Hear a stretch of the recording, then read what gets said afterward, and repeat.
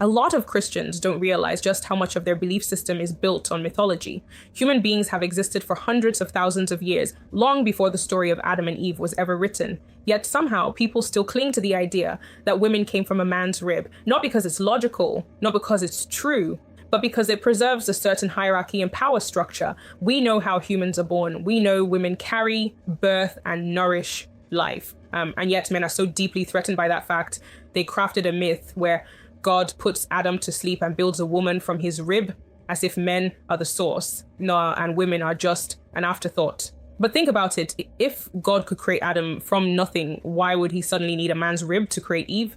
It doesn't make sense because it was never meant to. It was meant to control. What makes it sadder is that it is not a neutral belief. It's a political framework disguised as divine truth. And it's had real-world consequences across law, family, education, and bodily autonomy. Most people don't realize how many biblical stories are allegorical and mythopoetic, not literal history. Myths like Noah's Ark, for example, were never meant to be read as fact. Yet many read it that way, even those who think of themselves as highly educated. But when it comes to the creation of women, men love taking it literally. Why? Because it gives them an origin story that makes women secondary, submissive, and created for their pleasure and use.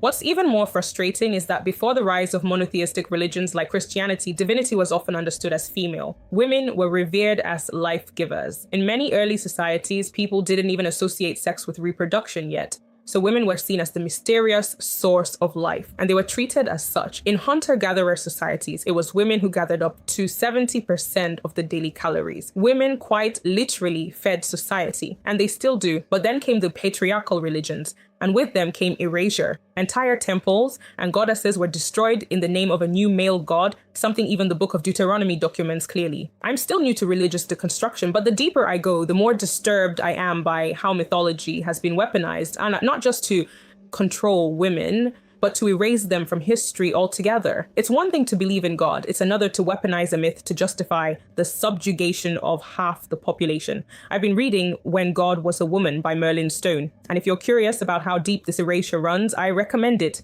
It's not an easy read and I'm taking my time with it, but even the first few chapters have been eye-opening. If you're someone who's been spoon-fed the same stories since Sunday school and have no interest in questioning them, sure, this isn't for you, but if you're even slightly open to asking why women have been written out of the divine, start there.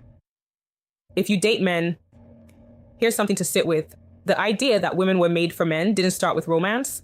It started with a myth, one designed to make you feel secondary, grateful to be chosen, grateful to be rib. And that myth still shapes how men love, lead, and expect you to submit in dating, in marriage, even in bed. Microfeminism for lovers is a daily message I send to women who still want love, but refuse to build it on a story that erases them. Each message is short, sharp, and made for women, unlearning the lies they were raised on. Lies about godliness, goodness, and what it means to be loved properly. Because this was never about holiness. It was about hierarchy, and it still is. Use the link in my bio to join. You'll get one message every morning.